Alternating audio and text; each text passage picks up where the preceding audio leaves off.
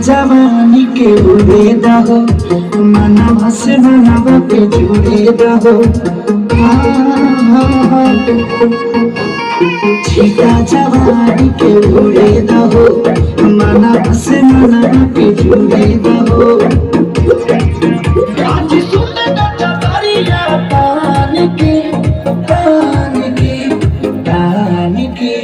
टूट जाए राजा जी, टूट जाए राजा जी पलंग सागवान के, टूट जाए राजा जी पलंग सागवान के।